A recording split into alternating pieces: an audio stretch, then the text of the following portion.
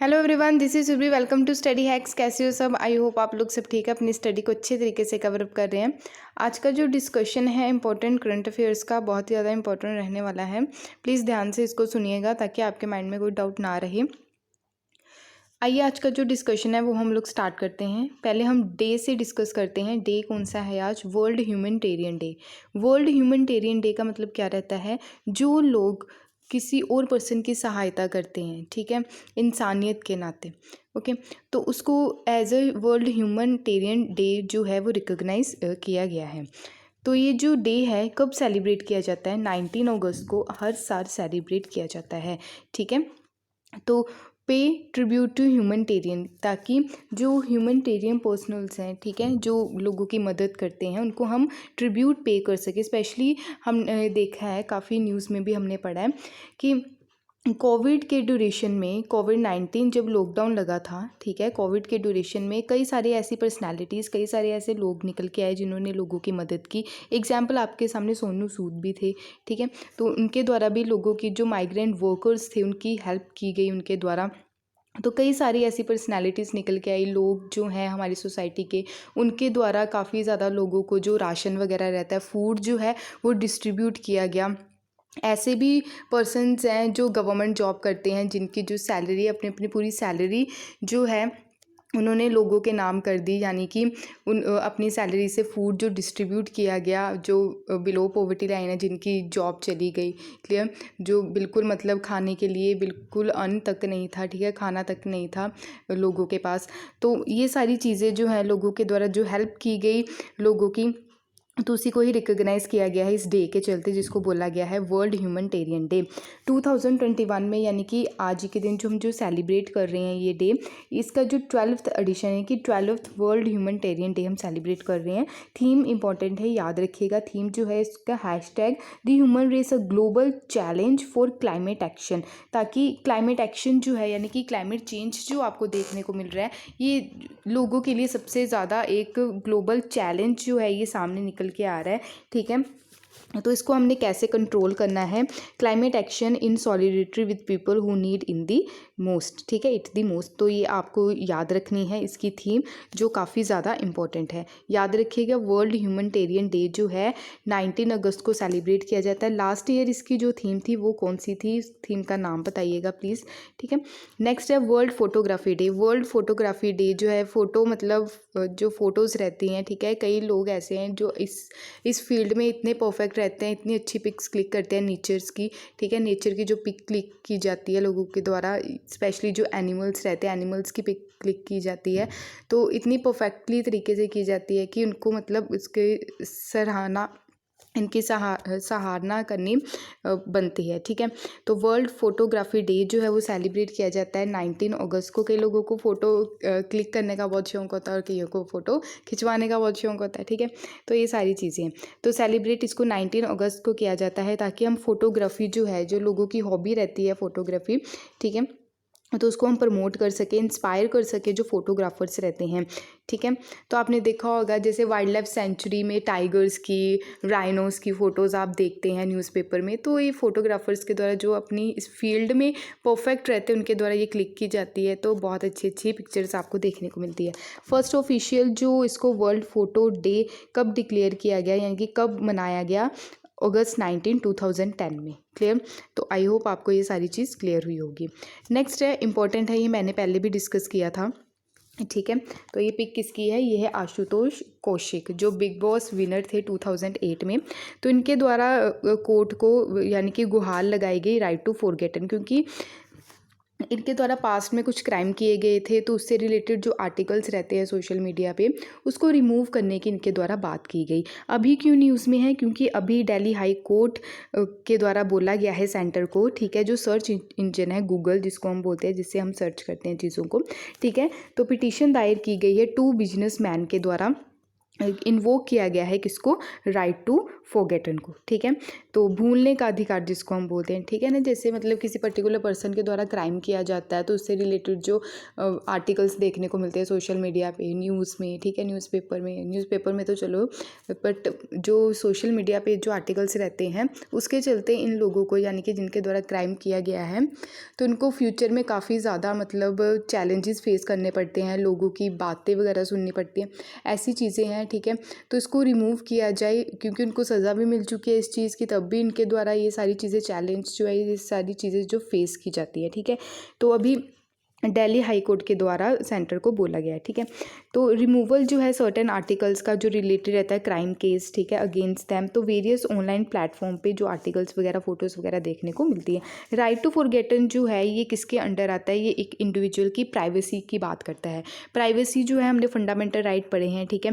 Fundamental right में जो privacy कहाँ पे रखी गई है, फंडामेंटल राइट जो हमारे संविधान में पार्ट 3 में रखे गए हैं। टोटल कितने हैं, आर्टिकल 12 to 35 है, ओके। आर्टिकल 12 to 35 में एक आर्टिकल आता है आर्टिकल 21, जो किसकी बात करता है, right to life and personal liberty की, जिसमें राइट टू प्राइवेसी भी आता है, ठीक है। तो राइट टू फॉरगेटन याद रखिएगा, ये किसके अंडर देखने को मिलता है आपको, ये किसका पार्ट है, राइट टू प्राइवेसी का ही पार्ट है, ठीक है। तो अब मैं देखूँ 2017 में देखें तो 2017 में राइट टू प्राइवेसी को क्या बनाया गया, फंडामेंटल राइट बनाया गया। तो आर्टिकल 21 में इसको एज अ फंडामेंटल राइट रखा गया, ठीक है। सुप्रीम कोर्ट के द्वारा लैंडमार्क जो वर्डिक्ट आया, यानी कि के पुट्टास्वामी केस के द्वारा ये जो है राइट टू प्राइवेसी जो है एज अ फंडामेंटल राइट बनाया गया 2017 में। बहुत ही ज़्यादा इंपॉर्टेंट, आपको याद रखना है। राइट टू फॉरगेटन जो है किसके अंडर इसको रखा गया है, राइट टू प्राइवेसी है, ठीक है। तो आप लोगों को याद रखना है। राइट टू प्राइवेसी जो है ये गवर्न किसके द्वारा की जाती है, पर्सनल डाटा प्रोटेक्शन बिल। देखो अभी ये बिल जो है ये अभी पास नहीं हुआ है, ठीक है, एक बिल ही आया है, ठीक है। तो अभी ये पेंडिंग पड़ा हुआ है पार्लियामेंट में, देखते हैं कब पास होता है, ठीक है। हमारी कंट्री में इससे रिलेटेड कोई जैसे बिल, कोई एक्ट नहीं है, ठीक है। जैसे यूरोप में है, यूरोप में कौन सा एक्ट है पर्टिकुलर इससे रिलेटेड टू डाटा प्रोटेक्शन, बताइएगा मेरे को, मैंने पढ़ाया भी आप लोगों को, ठीक है। ये प्रिपेयर जो किया जाता है, यानी कि प्रिपेयर किसके द्वारा किया गया, ये बिल जो है कमेटी जो हेड की गई थी जस्टिस BN श्री कृष्ण, ये बहुत ही ज़्यादा इंपॉर्टेंट है रिलेटेड टू डाटा प्रोटेक्शन। तो इससे रिलेटेड एक कमेटी पर्टिकुलर बनाएगी, BN श्री कृष्ण कमेटी जिसको बोला जाता है। तो ये याद रखिएगा, कमेटीज़ जो है पेपर में पूछी जाती हैं, ठीक है। बिल जो है, अगर डाटा प्रोटेक्शन जो पर्सनल डाटा प्रोटेक्शन बिल जो है ये कॉन्स्टिट्यूट है, यानी कि इसको कॉन्स्टिट्यूट किया गया है, 3 पर्सनल इन्फॉर्मेशन टाइप्स इसमें रखी गई हैं, पूछी जा सकती हैं एग्जाम में। 3 कौन कौन से, कोर में जाके डिटेल में जाके जो है क्वेश्चन पूछा जा सकता है। पहले है क्रिटिकल, सेकेंड है सेंसिटिव, थर्ड है जर्नल। जर्नल को हम क्या बोल सकते हैं, पर्सनल भी बोल सकते हैं। क्रिटिकल में क्या आएगा, क्रिटिकल में आएगा जैसे मिलिट्री और नेशनल सिक्योरिटी से रिलेटेड जो डाटा है, ठीक है, तो वो अगर लीक हो जाए तो हमारी कंट्री की सिक्योरिटी को काफ़ी ज़्यादा नुकसान पहुंच सकता है। तो क्रिटिकल जो डाटा है उसमें क्या क्या आ जाता है, मिलिट्री आ जाती है और नेशनल सिक्योरिटी की बात आ जाती है। सेंसिटिव की अगर हम बात करें तो ये किससे रिलेटेड, जैसे पासवर्ड्स होते हैं, फाइनेंशियल जो डाटा रहता है, हेल्थ डाटा रहता है, ठीक है। Health ID, health national digital health ID जो मिशन अभी देखने को मिला, ठीक है, हमने कुछ टाइम पहले डिस्कस भी किया था, ठीक है। हेल्थ डाटा, रिलीजियस से रिलेटेड, कास्ट जो डाटा रहता है वो आता है किसमें, सेंसिटिव डाटा में। अगर जर्नल की बात करें, ये पर्सनल में भी आता है। जर्नल में क्या आएगा, जैसे किसी पर्टिकुलर पर्सन का नाम आ जाएगा, उसका एड्रेस आ जाएगा, ठीक है, तो ये पर्सनल डाटा में आ जाता है। ये 3 जो बिल में कॉन्स्टिट्यूट की गए हैं, आप लोगों ने याद रखना है, क्रिटिकल, सेंसिटिव और जर्नल, ठीक है। तो बिल जो है एक्सक्लूसिवली किसकी बारे में बात कर रहा है, ये राइट टू फॉरगेटन, ठीक है। ये इस बिल के अंडर जो है राइट टू फॉरगेटन की भी बात की गई है। ब्रॉडली जो है राइट टू फॉरगेटन जो है, यूज़र क्या कर सकते हैं इसके तहत, डीलिंक लिमिट डिलीट कर सकते हैं, डिस्क्लोजर इसकी मतलब पिटीशन दायर कर सकते हैं कोर्ट में, ये राइट है, ठीक है। रिलेटेड टू पर्सनल इंफॉर्मेशन जो हेल्ड की जाती है, डाटा फिडुसैरिस, ठीक है, एक जिम्मेदार व्यक्ति जिसको हम बोले, ठीक है। रीज़न क्या है कि राइट टू फॉरगेटर रिक्वेस्ट की जाती है, क्योंकि डाटा जो एग्जिस्ट करता है, जैसे इंटरनेट पे पुराना डाटा पड़ा रहता है, ठीक है, तो वो करंटली रेलिवेंट है, मतलब आज के टाइम में उसका कोई भी महत्व नहीं है, ठीक है। तो इसलिए उसको लोगों को, यानी कि जिन पर्सन ने क्राइम किया है उनको काफ़ी ज़्यादा चैलेंजेस फेस करने पड़ते हैं, लोगों की बातें सुननी पड़ती हैं, ठीक है, जो निंदा की जाती है लोगों की, ठीक है, जो आज के टाइम में मतलब इस चीज़ का कोई रेलिवेंट नहीं है, क्योंकि पास्ट में उसको उसकी एक जो सज़ा, उस क्राइम की जो सज़ा वो मिल चुकी होती है, ठीक है। डाटा जो सब्जेक्ट है वो डिसाइड करता है, data controller no longer has right to access their data, ठीक है। Is not in the public domain, someone stole the data और चेंज द डाटा, ठीक है। जज और जो अदर जुडिशरी बॉडी है वो इसको डाटा को डिलीट करने का ऑर्डर्स दे सकती है, रूल कर सकती है, ठीक है। आई होप आपको इतनी चीज़ क्लियर हुई होगी। नेक्स्ट है, इंपॉर्टेंट है, ये उड़ीसा स्टेट से न्यूज़ निकल के आ रही है। अब देखते हैं क्या है।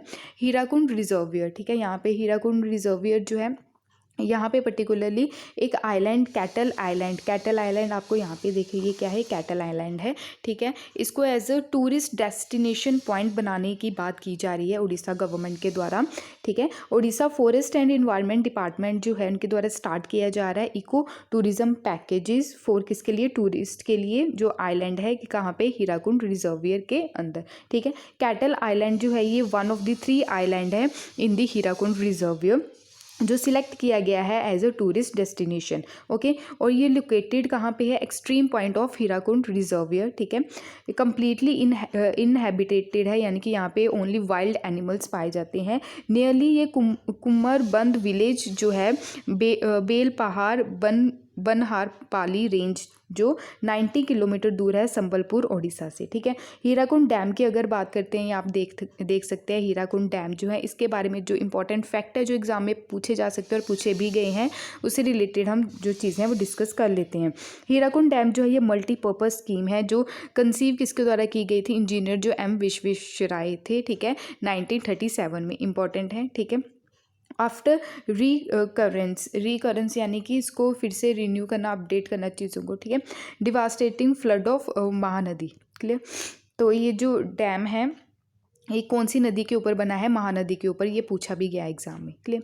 फर्स्ट ये हाइड्रो पावर जो है वो कमीशन किया गया 1956 में। लॉन्गेस्ट डैम है ये इंडिया का, ठीक है। लॉन्गेस्ट डैम इंडिया का कौन सा है, वो है हीराकुंड डैम। बिगेस्ट डैम कौन सा है हमारे इंडिया का, ठीक है, ये बताइएगा, बिगेस्ट डैम कौन सा है इंडिया का, ठीक है। डैम जो है ये बिल्ट किया गया क्रॉस कौन सी रिवर पे, महानदी पे। महानदी जो रिवर सिस्टम है ये 3rd लार्जेस्ट पेनिनसुलर इंडिया है, ठीक है, after Godavari and Krishna. Peninsular India यानी कि ये आप देख सकते हैं, ये हमारी इंडिया की बाउंड्री है, ठीक है, ये कोस्टल बाउंड्री है। यहाँ पे आपको ये सारा कौन सा इंडिया देखने को मिलेगा, पेनिनसुलर इंडिया, ठीक है। तो पेनिनसुलर इंडिया का ये 3rd लार्जेस्ट रिवर है कौन सी, महानदी, आफ्टर गोदावरी एंड कृष्णा। और ये लार्जेस्ट रिवर है किसकी, उड़ीसा स्टेट की भी।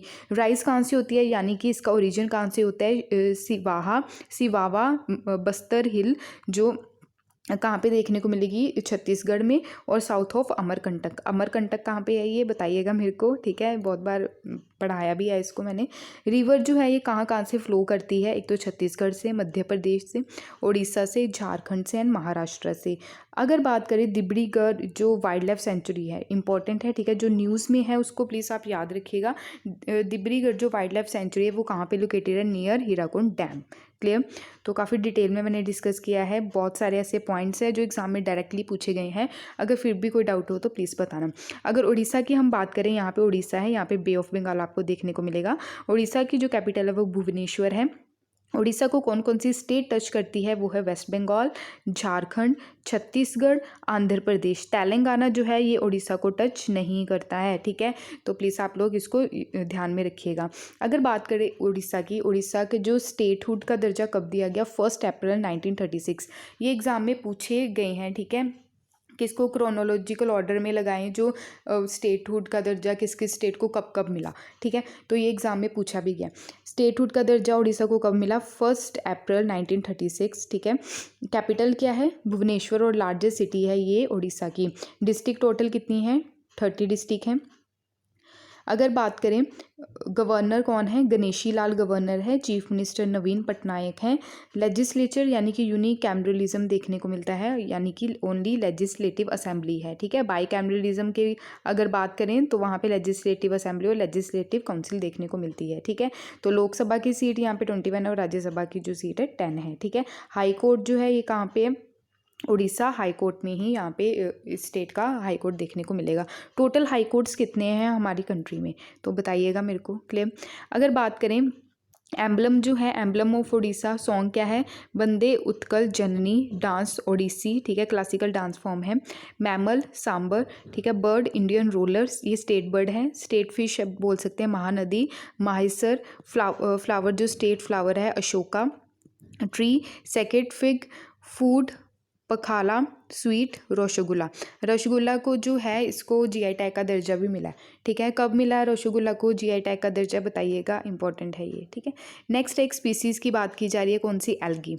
एल्गी स्पीसीज़ जो है ये यहाँ पे आप देख सकते हैं इस पिक में, तो ये कहाँ पे अभी डिस्कवर की गई है, ये की गई है अंडमान एंड निकोबार में, ठीक है। अंडमान और निकोबार में ये जो पर्टिकुलर स्पीसीज़ है एल्गी, ठीक है, ये पाई गई है। न्यू एल्गी स्पीसीज जो है रिसेंटली ही बोटैनिस्ट क्या होते हैं, जो प्लांट्स की स्टडी करते हैं, ठीक है, उनको बोटैनिस्ट बोला जाता है, ठीक है। उनके बारे में सर्च करते हैं प्लांट्स के बारे में, तो इनके द्वारा भी डिस्कवर की गई है algae species with umbrella head. यहाँ पे आप देख सकते हैं, ठीक है, इस पिक में आप देखिएगा अम्ब्रेला हेड आपको देखने को मिलेगा, ठीक है, अम्ब्रेले जैसी शेप यहाँ पे देखने को मिलेगी, ठीक है। तो अम्ब्रेला हेड जो है इसका जो स्ट्रक्चर देखने को मिलेगा कहाँ पे, Andaman and Nicobar island. Andaman Nicobar island की अगर हम बात करें तो ये है कहाँ पे सिचुएटेड, ठीक है। यहाँ पे आप देखें, ये रहा अंडमान एंड निकोबार, जिसकी कैपिटल है पोर्ट ब्लेयर, क्लियर। तो बात यहाँ पे की जा रही है, अंडमान निकोबार आइलैंड जो है ये कोरल रीफ का होम माना जाता है, ठीक है।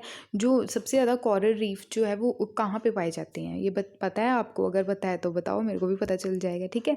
तो कोरल रीफ जो है, कोरल रीफ का होम माना जाता है अंडमान एंड निकोबार, और रिच मैरीन बायोडाइवर्सिटी है अंडमान एंड निकोबार में, ठीक है। मैरीन बायोडाइवर्सिटी यानी कि जो समुद्र के नीचे जो लाइफ देखने को मिलती है, लाइफ बिलो वाटर जो है, ठीक है।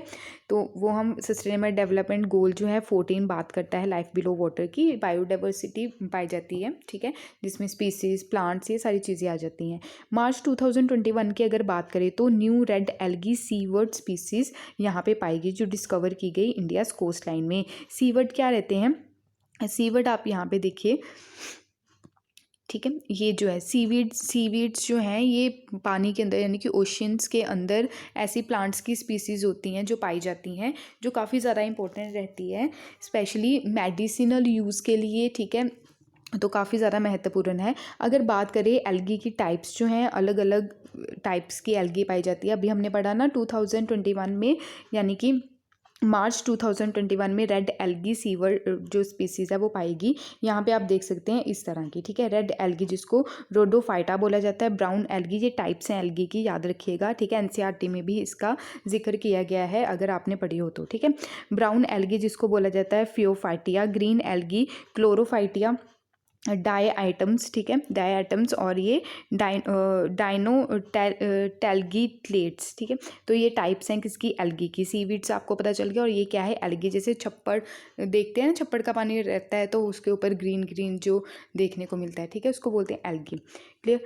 तो ब्राइट ग्रीन एल्गी जो है इसका साइज़ अगर देखें तो 20 to 40 है, ठीक है। नेम किसके द्वारा रखा गया है, किसके द्वारा नहीं, किसके नाम पे रखा गया, इमेजिनरी सी मरमेड जो है एस्टिबुलेरिया जल कन्या किसको बोलते हैं, संस्कृत में इसका मतलब रहता है, ठीक है, पानी की देवी, ठीक है, समुद्र की देवी जिसको हम बोलते हैं जल कन्या, ठीक है। फर्स्ट स्पीसीज जो है जो इसकी डिस्कवर की गई इंडिया में, जिसका नाम है एसिटल बुलरेरिया, ठीक है। तो जो ये एल्गी है जो अभी मैंने आपको बताया, इसका नाम क्या है, एसिटल बुलेरिया, ठीक है। तो ये फर्स्ट टाइम पाई गई है इंडिया में। आपको क्लियर है ये सारी चीज़ें, अगर डाउट है तो फिर भी पूछ लीजिएगा, ओके। एल्गी जो है इसको डिफ़ाइन क्या करते हैं, एल्गी जो है, एल्गी के बारे में हम पढ़ लेते हैं। इसको डिफ़ाइन किया जाता है यानी कि group of predominantly aquatic, photosynthetic and nucleus bearing organisms हैं, ठीक है। लैक ऑफ ट्रू रूट्स, यानी कि इनकी कोई रूट्स नहीं होती है, लीव्स नहीं होती है, स्टम्स नहीं होती हैं। यहाँ पे आप पिक में देख सकते हैं ना, यहाँ पे कोई भी आपको इसकी रूट्स नहीं देखने को मिलेगी, कोई पत्तियां नहीं देखने को मिलेगी, कोई स्टॉम्स नहीं देखने को मिलेंगे, ठीक है। तो ये एल्गी है, एल्गी के बारे में आपको पता होना चाहिए, ठीक है। तो ये इकोलॉजिकल रोल जो है काफ़ी ज़्यादा इंपॉर्टेंट प्ले करती है। ऑक्सीजन सबसे ज़्यादा इसके द्वारा प्रोड्यूस की जाती है, ठीक है। फूड बेस्ड ऑलमोस्ट ऑल, यानी कि एक्वेटिक लाइफ के लिए ये खाने का काम करती है, जैसे फिशेस हो गई, और भी एक्वेटिक जो एनिमल्स रहते हैं वो इनको क्या करते हैं, कंज्यूम करते हैं, ठीक है। इकोनॉमिकली बहुत ज़्यादा इंपॉर्टेंस है इसकी, क्योंकि सोर्स है ये क्रूड ऑयल का एंड सोर्स ऑफ फूड है। नंबर ऑफ फार्मास्यूटिकल जो है, यानी कि ये मेडिसिनल यूज़ के लिए भी काफ़ी ज़्यादा महत्वपूर्ण है। उसके बाद अगर देखें तो इंडस्ट्रियल प्रोडक्ट जो है फॉर ह्यूमंस के लिए, उसके लिए भी इंपॉर्टेंट है। स्टडी ऑफ एल्गी को क्या बोलते हैं, फिजिकोलॉजी, ठीक है, ओके। स्टडी ऑफ एल्गी को तो याद रखिएगा इसको, ठीक है। नेक्स्ट है महाराजा रंजीत सिंह जी के बारे में यहाँ पे बात हो रही है। क्यों है ये न्यूज़ में? क्योंकि पाकिस्तान में ही एक एरिया है, एक रीज़न है जहाँ पे इनकी स्टैचू को तोड़ा गया है। ठीक है, तो महाराजा रंजीत सिंह जो है ये जो अभी न्यूज़ बताई है मैंने, ये इतनी इंपॉर्टेंट नहीं है। ठीक है, जो एग्ज़ाम के लिए इंपॉर्टेंट है वो हम पढ़ेंगे। महाराजा रंजीत सिंह, जिनको शेरे Punjab and lion of Punjab बोला जाता है, इनके बारे में हम स्टडी करेंगे। महाराजा रंजीत सिंह की जो स्टैचू है रिसेंटली ही जो इंस्टॉल की गई थी, 2019 में ये इंस्टॉल की गई थी, तो इसको तोड़ा फोड़ा गया है। जो मेंबर है रेडिकल आउटफिट तहरीक लबाइक पाकिस्तान, ठीक है, TLP जिसको बोलते हैं, रिलीजियस ऑर्गेनाइजेशन है। ठीक है, एट लाहौर फोर्ट इन पाकिस्तान, पंजाब प्रोविंस। ठीक है, तो वहाँ पे इनकी जो आकृति थी, इनकी जो मूर्ति थी, ठीक है, स्टैचू थी, तो वो तोड़ी गई है।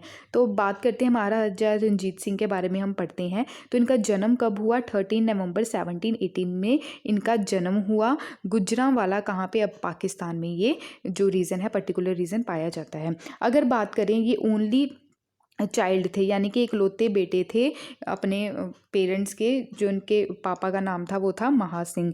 1792 में इनके पापा की जो डेथ हो गई थी, उसके बाद 1792 में इनको चीफ बनाया गया शुक्रचर्या मिसल का। अब मिसल्स क्या होती है? मिसल्स के बारे में अगर देखा हो तो क्वेश्चन भी पूछा गया PPSC में, मैचिंग के लिए आया था। मिसल्स देख लेते हैं। टोटल मिसल्स कितनी है? 12 मिसल्स हैं। ठीक है, तो पूछा गया था पर्टिकुलरली इस जैसे शुक्रचर्या मिसल जो है, यहाँ पे आप देख सकते हैं उसके फाउंडर कौन है, मैचिंग के लिए आया था। ठीक है, पेयरिंग के बारे में पूछा गया था कि कौन सा पेयर कौन सा मैच कर रहा है। ठीक है, तो 12 टोटल आपको सिख मिसल्स देखने को मिलती है। ठीक है, फुल्किया मिसल्स के फाउंडर कौन है? फूल सिंह। ठीक है, आलूवालिया मिसल जस्सा सिंह आलूवालिया। भंगी मिसल चाहा सिंह। कन्हैया मिसल, ठीक है, ये पूछा गया था कन्हैया मिसल के बारे में। तो कन्हैया मिसल के जो हैं फाउंडर कौन है? जय सिंह। रामगढ़िया मिसल खुशहाल सिंह। सिंहपुरिया मिसल जो है नवाब कपूर सिंह। नकाई मिसल भी पूछा गया था। ठीक है, नकाई मिसल जो पूछेंगे प्लीज़ आप याद रखिएगा, क्योंकि जो आने वाले एग्ज़ाम है, जैसे सब इंस्पेक्टर हो गया और भी कांस्टेबल के जो 1 डे एग्ज़ाम्स हैं ना, उसमें पूछे जाएंगे। ओके, नकाई मिसल हीरा सिंह। खरूर सिंघा मिसल जो है खरूर सिंह। निशान वालिया मिसल संगत सिंह मोहर सिंह। शुक्रचर्या मिसल जो है ये भी पूछी गई थी चारत सिंह। धाले वालिया मिसल गुलाब सिंह। और शहीदा मिसल जो है बाबा दीप सिंह। तो ये पूछी गई थी 4 जो आपको अभी बताई है मैंने। ठीक है, तो ये काफ़ी ज़्यादा इंपॉर्टेंट। टोटल कितनी है, कौन सी मिसल के कौन से फाउंडर है, ये आप लोगों को प्लीज़ याद रखना है। ठीक है, तो एग्जाम में पूछा भी गया है, तो प्लीज़ याद रखिएगा इसको। ठीक है, 2-3 बार पढ़िएगा तो याद हो जाएंगी। फाउंडर जो ये फाउंडर थे सिख एम्पायर के बाय ओवरथ्रोइंग मिसल्स। ठीक है, नॉर्थ वेस्ट इंडियन सब कॉन्टिनेंट में इनके द्वारा रूल किया गया half of the 19th century. ठीक है, तो इनको टाइटल दिया गया लॉयन ऑफ पंजाब का, जिसको बोला जाता है शेरे पंजाब, जब इन्होंने लाहौर जो कैपिटल थी, ठीक है, उसको अफगान इन्वेडर से क्या मतलब उनसे छीना था। ठीक है, तो विजय प्राप्त की थी।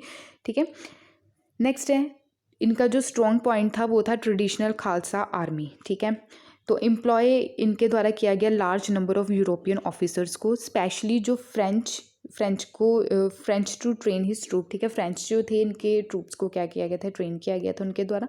महाराजा जो रंजीत सिंह थे, इनको for his just and secular rule जो है इनके द्वारा अपनाया गया। ठीक है, बोथ हिंदू एंड मुस्लिम्स जो है इनको इक्वल पावर पोजीशन दी गई इनके दरबार में। ठीक है, तो इससे रिलेटेड क्वेश्चन आया था PPSC में। ओके, तो ही टर्न हरिमंदिर साहिब जो हैं, जो अमृतसर में है, गोल्डन टेम्पल जिसको बोला जाता है। ठीक है, तो जो गोल्डन कवर यहाँ वहाँ पे लगा है ना, ठीक है, सोने का जो पूरा बना है, तो इनके द्वारा ये सारी चीज़ें बनाई गई।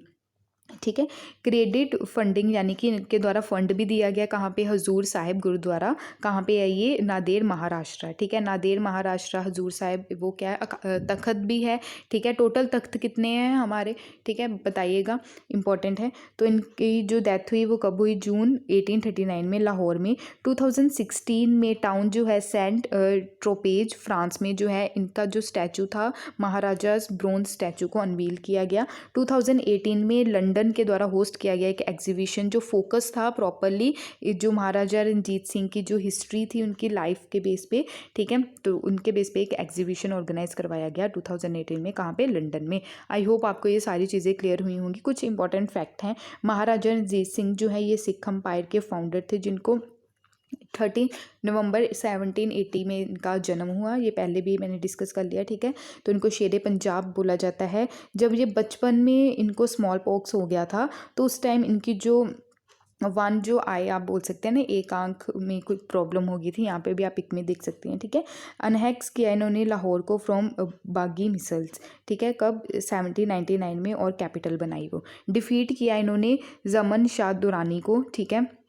जो उसने कौन सी एज में इन्होंने डिफीट किया, जब ये 17 ईयर की एज थी इनकी, ठीक है। तो ये महाराजा ऑफ पंजाब कब बने, अप्रैल 12 1801, जब इनकी एज कितनी थी, 20 थी, ठीक है। तो आई होप आपको ये सारी चीज़ें क्लियर हुई होंगी। अगर फिर भी कोई डाउट होगा, ठीक है, तो प्लीज़ आप अपने डाउट्स को कमेंट बॉक्स में लिखिएगा, ठीक है। नेक्स्ट है, इम्पॉर्टेंट है, ये पर्टिकुलर जम्मू एंड कश्मीर वाले रीजन की बात की जा रही है। जज्बाए तिरंगा, ठीक है, यहाँ पे आप देख सकते हैं जज्बाए तिरंगा जो कैंपेन है वो ऑर्गेनाइज करवाया गया, ठीक है। मैराथन है, ठीक है। तो आर्मी के द्वारा ये 400 किलोमीटर की जो जज्बाए तिरंगा मैराथन है JNK में ऑर्गेनाइज करवाई गई। फ्लैग ऑफ यानी कि इसका जो इस मैराथन का उद्घाटन किसके द्वारा किया गया, मेजर जनरल जो राजीव पुरी थे, ठीक है। टोटल इसमें जो पार्टिसिपेट किया जो सैनिक थे हमारे 300 ट्रूप्स से, उनके द्वारा पार्टिसिपेट किया गया, ठीक है। इंडियन ट्राई कलर जो है along the line of control, ये ट्राई कलर जो हमारा प्यारा तिरंगा जो है, ठीक है, ये फहराया गया, ओके। नेक्स्ट है, 5th मीटिंग देखने को मिली ब्रिक्स इंडस्ट्री मिनिस्टर्स की, ठीक है। तो 5th मीटिंग थी ब्रिक्स। ब्रिक्स के बारे में हम पहले पढ़ लेते हैं। ब्रिक्स में जो कंट्रीज़, टोटल 5 कंट्रीज़ आपको देखने को मिलेगी, ठीक है। B से आ जाएगा ब्राज़ील, R से रशिया, I से क्या आ जाएगा, इंडिया, C से चाइना, और S से साउथ अफ्रीका। तो ये कंट्रीज़ हैं, ठीक है, जो ब्रिक्स ग्रुप का मेंबर हैं। तो ये यानी कि इसमें जो कंट्रीज़ देखने को मिलती हैं, रीजनल अफेयर्स जो हैं, ठीक है, तो ये सारी चीज़ें जो हैं ये देखने को मिलेंगी। 2009 से ये गवर्नमेंट जो ब्रिक्स है, ठीक है, ये मीट करती हैं एनुअली। ये समिट आपको देखने को मिलती है। फाउंड कब की गई ब्रिक्स जो कंट्रीज़ का जो ग्रुप है, 2006 में, ठीक है। पर्टिकुलर कोई हेडक्वार्टर नहीं है। फाउंड किसके द्वारा किया गया, फाउंड कहाँ पे किया गया, यूनाइटेड नेशन हेडक्वार्टर्स जो है, यूनाइटेड नेशन जनरल असेंबली की 61st सेशन था, तब इसको क्या किया गया, इसको फाउंड किया गया, ठीक है। पहले जो साउथ अफ्रीका नहीं, साउथ अफ्रीका को कब ऐड किया गया, ठीक है, ये बताइएगा मेरे को, ठीक है। Name after member of state, initial formation सितंबर 2006 में किया गया इसका। लोकेशन कहाँ पे, शंघाई, चाइना, ठीक है। तो यहाँ पे इसको क्या किया गया, पर्टिकुलर फाउंड किया गया, याद रखिएगा इसको। बात क्या की जा रही है अभी, 5th मीटिंग जो है ब्रिक्स इंडस्ट्री मिनिस्टर्स की देखने को मिली है, ठीक है। इंडिया के द्वारा जो है ब्रिक्स की जो चेयरमैनशिप है ब्रिक्स की 2021 की, इस ईयर की ये होल यानी कि चेयरमैनशिप हमारी कंट्री के पास है, ठीक है। ये जो ईयर है यानी कि इंडिया के द्वारा इससे रिलेटेड जो थीम है वो चूज़ जो की गई है वो है intra BRICS corporation for continuity consolidation and consensus of chairship, okay. तो ये क्या है, इसकी थीम है। आई होप आपको इतनी चीज़ क्लियर हुई होगी। इसमें क्या बता रखा है कि 5th मीटिंग जो देखने को मिली ब्रिक्स की, इसमें बात की गई है कि कैसे एक्सपैंड करना है, जैसे न्यू डेवलपमेंट बैंक है उससे रिलेटेड, ठीक है। अगर बात करें न्यू डेवलपमेंट बैंक की, तो ये ब्रिक्स के द्वारा इसको फाउंड किया गया है, ठीक है। तो पेपर में पूछा भी गया है कि न्यू डेवलपमेंट बैंक का फाउंडर कौन है, वो है ब्रिक्स, ठीक है। हेडक्वार्टर्स कहाँ पे है, शंघाई चाइना में, ब्रिक्स के, याद रखिएगा, ठीक है। प्रेसिडेंट कौन है इसके न्यू डेवलपमेंट बैंक के, मार्कोस प्रेडो ट्रॉयजो, ठीक है। फाउंड इसको किया गया 15 जुलाई 2014 में, ब्राज़ील, ठीक है, ब्राज़ील में इसको फाउंड किया गया था। ट्रीटी पर्टिकुलर साइन की गई थी, फोर्स में कब आया ये, 2005 में, ठीक है। यहाँ पे आप देख सकते हैं जो ब्रिक्स कंट्रीज़ हैं, यहाँ पे ब्राज़ील है, ठीक है, south Africa, India, China, Russia, ठीक है। तो ये आपको पता होना चाहिए सारी जो कंट्रीज़ हैं, मैप में भी आपको ये कंट्रीज़ को निहारना है, ठीक है। पॉपुलेशन जो है ब्रिक्स नेशन की 3.6 बिलियन देख सकते हैं आप। 41% ऑफ टोटल वर्ल्ड पॉपुलेशन ये जो है ब्रिक्स कंट्री यहाँ पे रिप्रेजेंट करती है, ठीक है। तो 22 जो है ग्रोस वर्ल्ड प्रोडक्ट और टोटल GDP जो है ब्रिक्स कंट्रीज़ की 16.6 ट्रिलियन USD है, ठीक है। आई होप आपको ये सारी चीज़ें क्लियर हुई होंगी। नेक्स्ट अगर हम बात करें मीराबाई चानू को एज अ ब्रांड, यहाँ पे B आएगा, ठीक है, ब्रांड एम्बेसडर घोषित किया गया है किसके द्वारा, एमवे इंडिया जो है इनके द्वारा मीराबाई चानू को ब्रांड एम्बेसडर बनाया गया है, ठीक है। ये जो प्रोडक्ट है न्यूट्रलाइट रेंज है, ठीक है। तो अभी तो मीराबाई चानू जी के द्वारा, तो ये कौन सी कौन सी गेम से रिलेटेड है, ठीक है, तो पढ़ाया भी है, आप बताइए मेरे को, ठीक है। तो आई होप आपको ये सारी चीज़ें क्लियर हुई होंगी। ये थे इंपॉर्टेंट करंट अफेयर्स। अगर फिर भी कोई डाउट होगा इससे रिलेटेड, इस लेक्चर से रिगार्डिंग, तो प्लीज़ आप लोग अपने डाउट्स को कमेंट बॉक्स में ज़रूर शेयर कीजिएगा। पीडीएफ के लिए आप टेलीग्राम ज्वाइन कर सकते हैं और इंस्टाग्राम पे भी आप फॉलो कर सकते हैं। Thank you for watching my video. जय हिंद।